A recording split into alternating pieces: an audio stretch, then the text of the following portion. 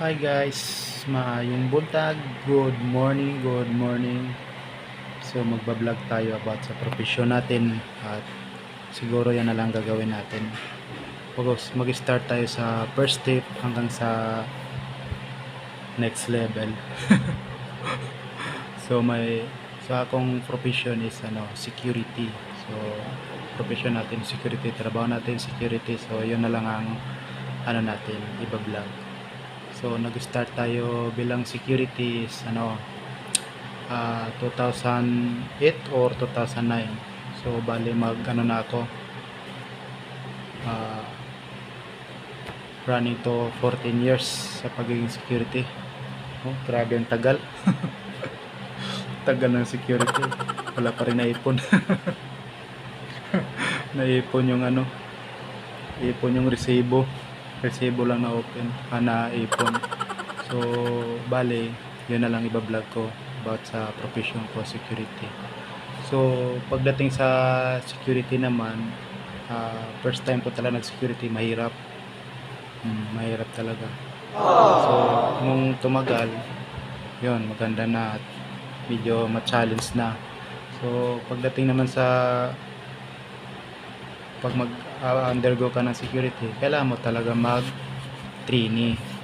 So dapat mag-trainee ka talaga bago ka mag-security. So nag-trainee ako noon, nasa edad ako na 20 years old or 20 years old nga, nasa 20 years old ako na nag-trainee security. So mahirap training kasi yung di mo profession yun, tapos nagiging profession mo na. Pagdating doon nandun pa yung kaba kasi yung mga tao na di mo kilala, tapos makilala mo doon. So nag-start ako 2009 yata, 2009, basta running 20 years old ako. So nung di pa ako security kasi noon, nag-apply muna ako ng yung production. Sa production muna ako bago nag-security. So isang taon yung trabaho ko, lang kasi kontrata 5 months. So nag-clerk din ako sa mall bago ako nagwardya. So nakita ko kasi na yung gwardiya na yung medyo nakakita ko na medyo na relax, tapos maganda yung uniforme nila. So ako naantig, kaya sabi ko try ko muna mag security kasi nakita ko sa mall security maganda tignan. So tinanong ko, mahal din pala yung pagpapagawa ng pagpa-process ng lisensya. Nasa yon dati 3,000. So wala akong pera, so nag-iipon muna ako bago ako nag-undergo ng security. So nag-undergo ako ng training, 15 to 17 days ang training ko. So doon pa ako sa Santolan. Pa yun, naabutan pa yun ng bagyo. 15 days training ko. Tapos doon nag-start yung ko, pagtitraining ko. From Paranaque to Santolan, araw-araw ko bumiyahe niyan at maaga ko pumapasok. Tsaka pag mag-undergo ka ng security, kailangan mo talaga mag-training, mag-seminar, mag-training. Yan talagang paulit-ulit, kailangan mag-training. Kasi kung mag-direct ka lang security or palakad, kawawa ka pag nag-apply ka kasi may mga mahigpit na agency na ang hirap applyan. May mga, kung matanggap ka sa mga malaking agency, pagdating naman sa trabaho mo, hindi mo ma-adapt yung trabaho mo, manibago ka. Pangalawa, lalo na pag may mga rules and regulations sa company maliban sa agency, mahirapan ka. Kaya kailangan mo talaga mag-undergo ng training.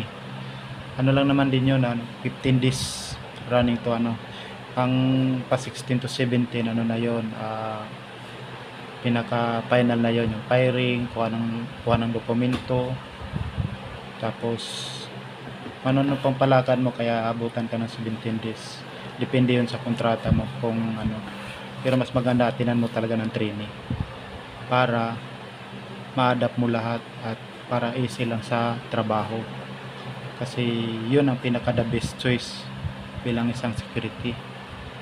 Tapos yun, maraming magagawa para pag nag-apply ka hindi ka mahirapan. At sa sunod na, kahit kung mag-resign ka doon sa isang agency, kung nakapag-apply ka na, mas maganda, mabilis lang kasi nandun na lahat. Parang package deal mo na yung dokumento pagdating sa training center. Kaya kung kayo mag-undergo ng security, mag-attend talaga kayo ng training. Mag-training pa kasi nandun yung ibang higpit na ano, yung exercise, nandun exercise, tapos yung exam, dyan lang lagi. Pag baguhan ka, kailangan may exam yun. Pagdating sa agency, easy na sa'yo pag nag-apply. Tapos yung mga uniforme, easy na rin yun, malalaman mo na lahat. Kasi yung iba, mga baguhan, pag nag-apply sa security agency, may lisensya na, pero walang mga uniforme, walang mga paraphernalia. Kaya pagdating pa lang dyan sa training center, maraming training center about sa security guard. Pagdating pa lang sa training center, tuturuan ka na nila kung ano yung mga kulang sa security at anong mga rules and regulation, anong kaalaman doon mo mahasa yung pag-iisip mo, ma-motivate ka doon. Kaya pinaka the best talaga yung mag-attend ka ng training. Huwag ka magpalakad kung ikaw ay baguhan. Kung ikaw na may magre-renew, pwede na yun, palakad or mag-training ka. 5 days lang naman yun yung renewal, 5 days or 6 days yung renewal. Pag nag-renew ka na, SG or LG yung pambabae, or kung security officer, ganun din. Kaya mabilis lang yung renewal. So yun lang guys. Sa sunod, iba na naman ang ano natin, topic about naman sa about naman sa mga dokumento at iba pang mga rules and regulations sa security at paano mag-apply. So yun lang. Good morning.